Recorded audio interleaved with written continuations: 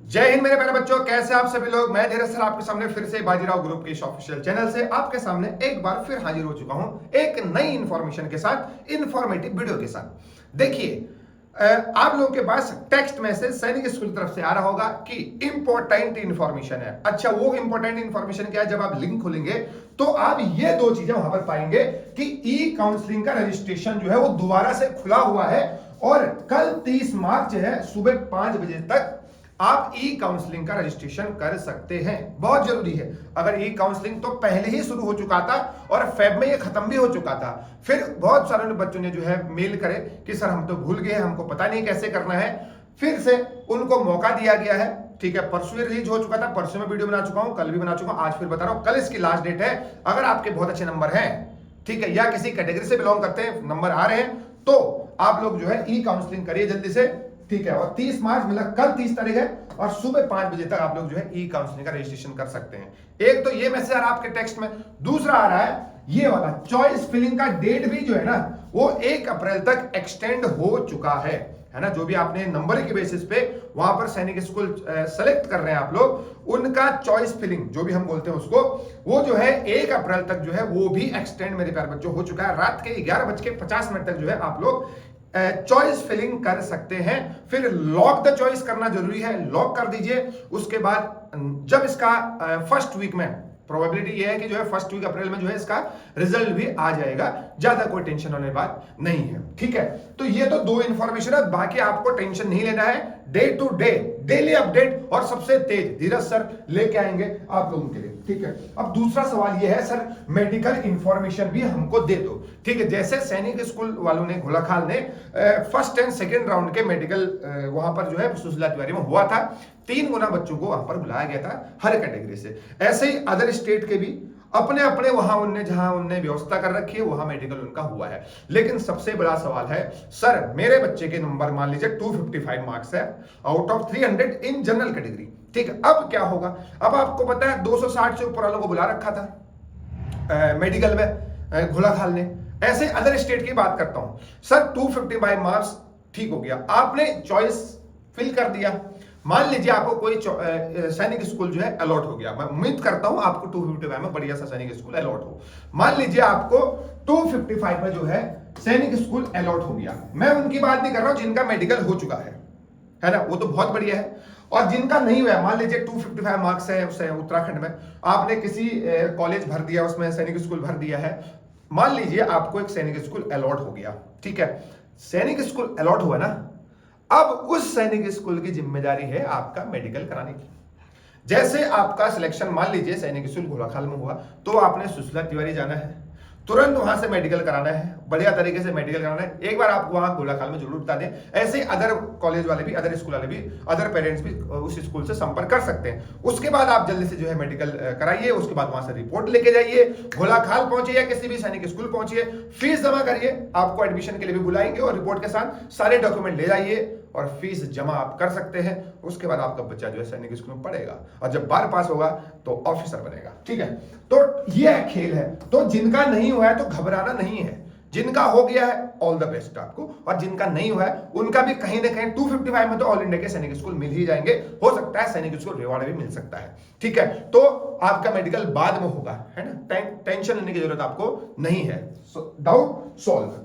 ठीक है, अब सबसे बड़ा सवाल है सर हम कैसे सेलेक्ट करें सैनिक स्कूल्स को, है ना। मान लीजिए मैंने यही बोला है 255 मार्क्स हैं, हम कैसे सेलेक्ट करें सैनिक स्कूल्स को। हम अपन लोग एक चीज बता दे रहे हैं। ठीक है, सैनिक स्कूल घोलाखाल में मान लीजिए 20 सीट्स फॉर जनरल कैटेगरी, 20 सीटें जनरल कैटेगरी की हैं। मैं आपको एक चीज बता रहा हूं, आप सेफ के लिए मैंने एक वीडियो बनाई थी, मैंने बोला था 25-26 जो टॉप 25-26 स्टूडेंट है, ठीक है, वहां तक ले लीजिए। अगर कोई बच्चा कहीं जाता है, कहीं बाहर जाता है, कहीं कुछ होता है तो आप सेफ चलिए। आप मान के चलिए कि मुझे 30 टॉप 30 आप देख लेना कितने नंबर पे है, आपको लिस्ट में पता चल जाएगा।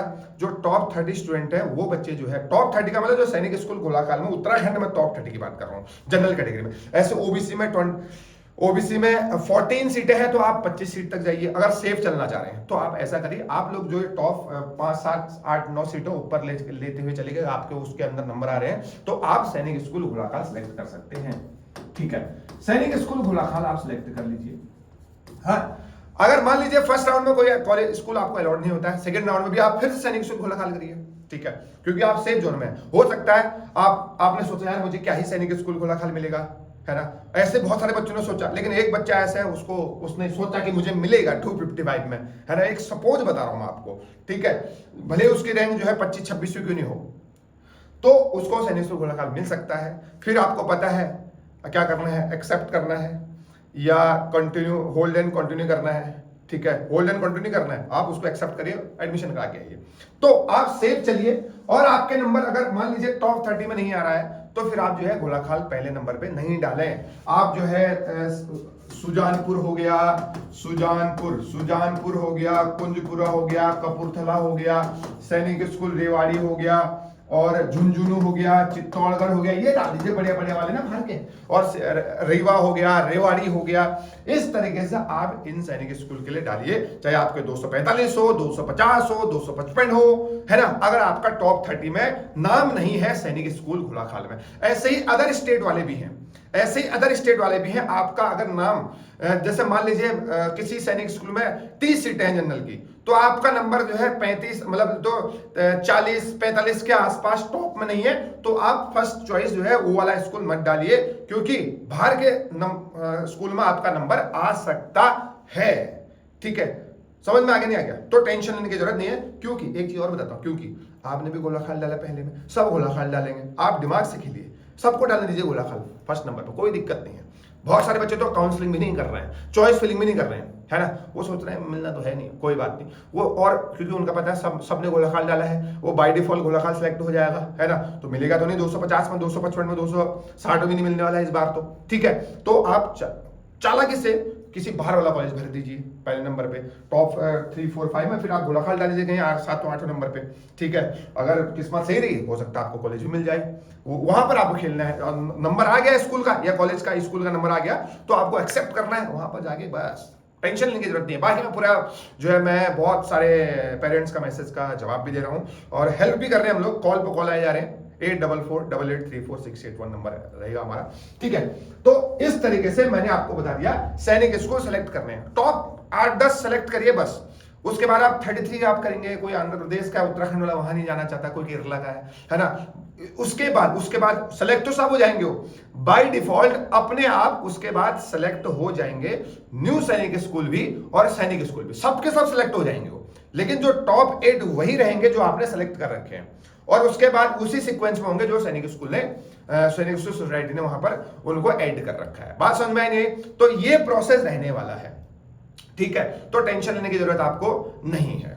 तो इस तरीके की इंफॉर्मेशन ये रहेगी, तो आपको सैनिक स्कूल का अच्छे सिलेक्शन करना है। और दूसरी बात ये चीज बताता हूं, देखो सभी स्टूडेंट्स को फर्स्ट राउंड का जब रिजल्ट आएगा, मान लीजिए 250 नंबर है आपके उत्तराखंड से, तो आपका नंबर घोलाखाल में तो नहीं आने वाला है, साफ से मैं तो सीधी इंफॉर्मेशन बोलता हूं आपको, देखिए, लेकिन हर बच्चे को न्यू सैनिक स्कूल जरूर अलॉट होगा, है ना।